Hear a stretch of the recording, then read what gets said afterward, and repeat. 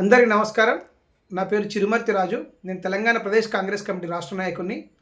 ముఖ్యంగా నిన్న కేటీఆర్ తెలంగాణ భవన్లో మాట్లాడుతూ మా ప్రజాపాలన ముఖ్యమంత్రి రేవంత్ రెడ్డి గారిని పట్టుకొని రేవంత్ రెడ్డి గారిని నోటికొచ్చినట్లు గలీజ్ మాటలు మాట్లాడుకుంటూ ఒక వెకిల్ మాటలు మాట్లాడుతున్న కేటీఆర్ని ఒకటే చెప్తాను, గుర్తుపెట్టుకో.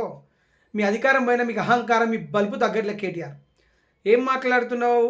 మా నాన్న మొగోడు, మా నాన్న వచ్చి బయటికి రాగానే మేము భయపడ్డాము, మా నాన్నే తెలంగాణ తెచ్చిండు, మా నాన్నే బాస్ అని చెప్తున్నావు. మీ అయ్య ఒక్కడు తెలంగాణ దేలే. ఈ తెలంగాణ రాష్ట్రంలో ప్రతి ఒక్కరూ గ్రామస్థాయి నుంచి అన్ని లెవెల్లో అందరు పోరాటం చేస్తేనే తెలంగాణ తెచ్చిరు. తెలంగాణ తెచ్చింది మీ గొప్ప కాదు కేటీఆర్. తెలంగాణ రాష్ట్రం ఇచ్చింది మా పార్టీ మా సోనియా గాంధీ. తెలంగాణ రాష్ట్రం కాంగ్రెస్ పార్టీ ఇచ్చిన సంగతి ఎవరని చెప్తారు. ఏదో నువ్వు ఒక్కనివే కష్టపడి నీ కుటుంబమే కష్టపడి బిల్డప్ ఇస్తున్నావు. తెలంగాణ రాష్ట్రం రావడానికి ప్రధాన కారణం ఉస్మానియా యూనివర్సిటీ విద్యార్థులు, వాళ్ళ త్యాగం, వాళ్ళ పోరాటం. నీ పాత్ర ఎంత ఉన్నా కానీ తక్కువనే. మేము కూడా తెలంగాణ ఉద్యమంలో పార్టిసిపేట్ చేసినాం. అన్ని ప్రోగ్రామ్ కాంగ్రెస్ పార్టీలు ఉండుకుంటూ కూడా మేము తెలంగాణ రాష్ట్రం కోసం పోరాడినాం. అలా మా పాత్ర ఉంది కేటీఆర్ను గుర్తుపెట్టుకోవాలి. అలాగే ఇంకా కుటుంబం గురించి మాట్లాడుతున్నాం. మీరే మాట్లాడదు కుటుంబాల గురించి. మీరు మాట్లాడే విధానం ఎట్లుందంటే ఏదో మీరు చేస్తేనేమో సంసారం, మేము చేసే వ్యభిచారం. ఏమనంటే రేవంత్ రెడ్డి అల్లుని గురించి ఏం మాట్లాడారు రేవంత్ రెడ్డి అల్లుని గురించి? భీమవరం బుల్లోడు, రేవంత్ రెడ్డి రేపటి నుంచి భీమవరం బుల్లోడు పిలవాలన్నారు. ఆ కేటీఆర్ని కూడా గుర్తుపెట్టుకో.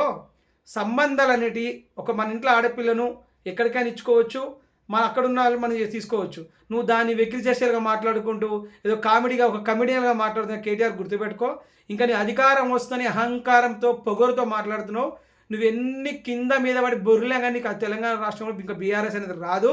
మొన్ననే మీకు అర్థమైన సించితారా బై ఎలక్షన్లో తొక్కి పండబెట్టినాం.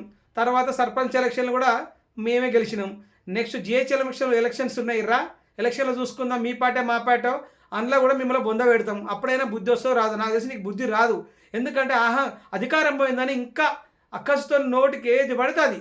మా ముఖ్యమంత్రి గురించి ఇంకొకసారి నోరు పాడేసుకుంటే ఎవరు ఊకోము. దానితో పాటు ఇష్టం వచ్చినట్టు మాకు రావా మాటలు? నేను హైదరాబాద్లో గల్లీలో పుట్టినా, నేను ఈడ పుట్టినా, నాకు మాటలు వస్తాయి. నీకని ఎక్కువ మాకు మాటలు వస్తాయి. మా బూతులు మీకన్నా బండబూతులు మాకు వస్తాయి. అయినా కూడా మేము మాట్లాడలేము. ఇంకా గుర్తుపెట్టుకో కేటీఆర్, జాగ్రత్తగా మాట్లాడు. నీ పదవి లేదని అహంకారంతో ఒక ఎమ్మెల్యే ఉన్నాని. నీ సిరిసిల్ల ఎన్ని సర్పంచ్ గెలిచారో ఒకసారి నువ్వు ఆత్మపరీక్ష చేసుకో పడుకునేటప్పుడు. ఇంకా వచ్చే ఎలక్షన్లు ఏదున్నా మేమే గెలుస్తాం. మా పార్టీ ఎందుకంటే మేము అభివృద్ధి చేసినాం. బరాబర్ ప్రజలను అడుక్కుంటాం ఓట్లేమని. ప్రజలకు సావధానంగా సమాధానం చెప్పుకుంటాం. ఏప్రిల్లో పింఛన్లు ఇస్తాం. తర్వాత మహిళలకు 2500 ఇస్తాం. ఏమనంటే ఏదో సొల్లు డైలాగులు చెప్తున్నావు.